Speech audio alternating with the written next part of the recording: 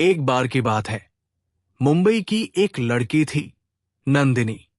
26 साल की, बहुत ही एम्बिशियस और स्मार्ट।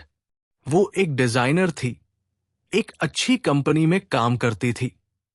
लेकिन उसका मन कहीं और था। उसे लगता था कि वो अपनी क्रिएटिविटी का सिर्फ 40% ही इस्तेमाल कर पा रही है। रोज सुबह उठकर वो फोन चेक करती थी, इंस्टाग्राम, व्हाट्सएप, मेल्स। फिर जब तक ऑफिस के लिए निकलती, दिमाग पहले ही थक चुका होता। ऑफिस पहुंचती, काम शुरू करती, लेकिन हर 10 मिनट में एक नोटिफिकेशन। कभी टीम की मीटिंग, कभी कोई मेल, कभी कोई रैंडम यूट्यूब लिंक। शाम होते होते उसे लगता, आज भी कुछ खास नहीं किया। उसके अंदर एक जलन थी। उसे पता था कि उसमें बहुत पोटेंशियल है, लेकिन वो कुछ बड़ा क्रिएट नहीं कर पा रही। फिर एक दिन उसने एक पॉडकास्ट सुना, क्रिस बेली की किताब हाइपर फोकस पर, और एक लाइन ने उसे झकझोर दिया, आपका ध्यान आपका सबसे कीमती संसाधन है, और आजकल हर कोई उसे चुराने की कोशिश कर रहा है। उस दिन नंदिनी ने फैसला किया, अब ध्यान बिखरने नहीं देगी। उसने पहला कदम उठाया, अवेयरनेस का। अगले 3 दिन उसने एक डायरी में नोट करना शुरू किया, मैं कब और क्यों डिस्ट्रैक्शन में जाती हूं।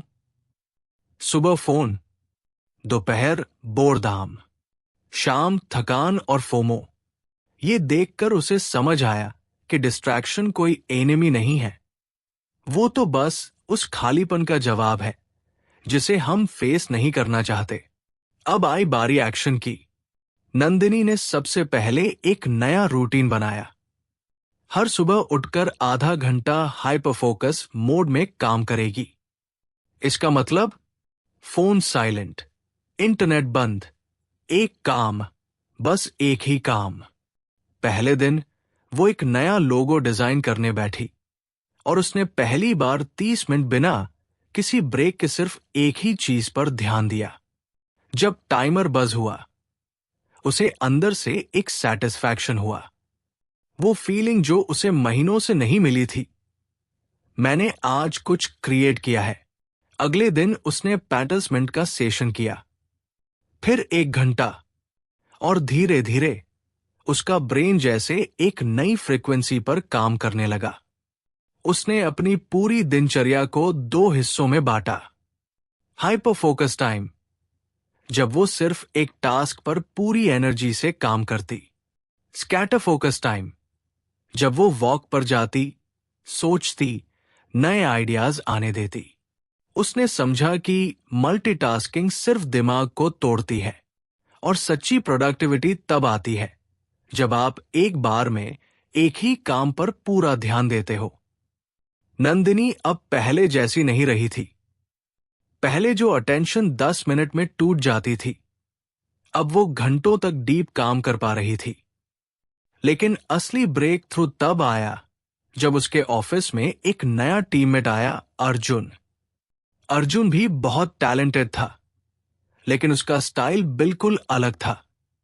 वो हर चीज का जवाब झट से देता, 10 टास्क एक साथ करता, हर 2 मिनट में नोटिफिकेशन चेक करता। नंदिनी ने देखा कि अर्जुन दिन भर बिजी दिखता था, लेकिन जब आउटपुट की बात आती तो क्वालिटी कहीं न कहीं गिर जाती। एक दिन अर्जुन बोला, नंदिनी यार तू कैसे इतना फोकस्ड रहती है? मैं तो दिन भर भागता हूं, फिर भी एंड में सेटिस्फैक्शन नहीं होता। नंदिनी मुस्कुराई और बोली, मैंने भी पहले यही किया था अर्जुन, लेकिन फिर मैंने एक चीज समझी, काम की क्वांटिटी नहीं, डेप्थ मैटर करती है। जितना गहरा ध्यान, उतना बड़ा रिजल्ट। उसने अर्जुन को हाइपर फोकस का कॉन्सेप्ट समझाया, एक वक्त पर सिर्फ एक काम, और साथ ही सिखाया स्कैटर फोकस का मैजिक। जब हम खुद को आइडियाज एक्सप्लोर करने का टाइम देते हैं, बिना डिस्ट्रैक्शन। अर्जुन ने एक चैलेंज लिया, अगले 7 दिन वो नंदिनी के रूटीन को फॉलो करेगा। डे 1, बहुत मुश्किल, बार बार फोन की आदत लगती थी। डे 3 उसने इंस्टाग्राम अनइंस्टॉल कर दिया।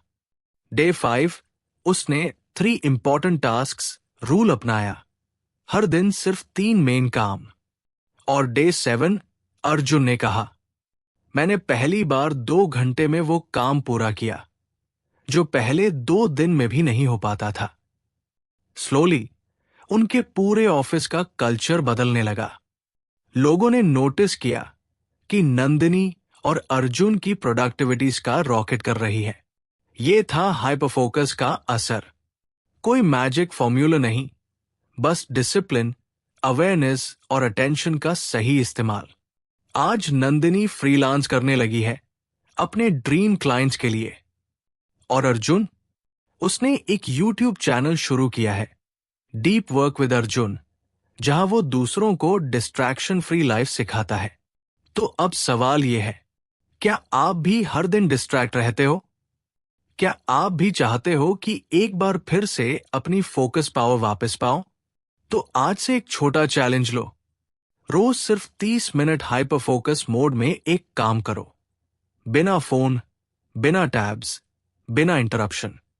7 दिन तक सिर्फ इतना करो और देखो क्या होता है। कमेंट करो, मैं डिस्ट्रैक्शन छोड़कर डीप फोकस चुनता हूं। और अगर आपने अभी तक कैज़न ऑडियो को सब्सक्राइब नहीं किया है तो आज ही कर लो, क्योंकि हम यहां हर दिन आपकी ग्रोथ के लिए काम कर रहे हैं। कल फिर मिलते हैं एक नई किताब के साथ। तब तक ध्यान रखो और ध्यान केंद्रित रखो।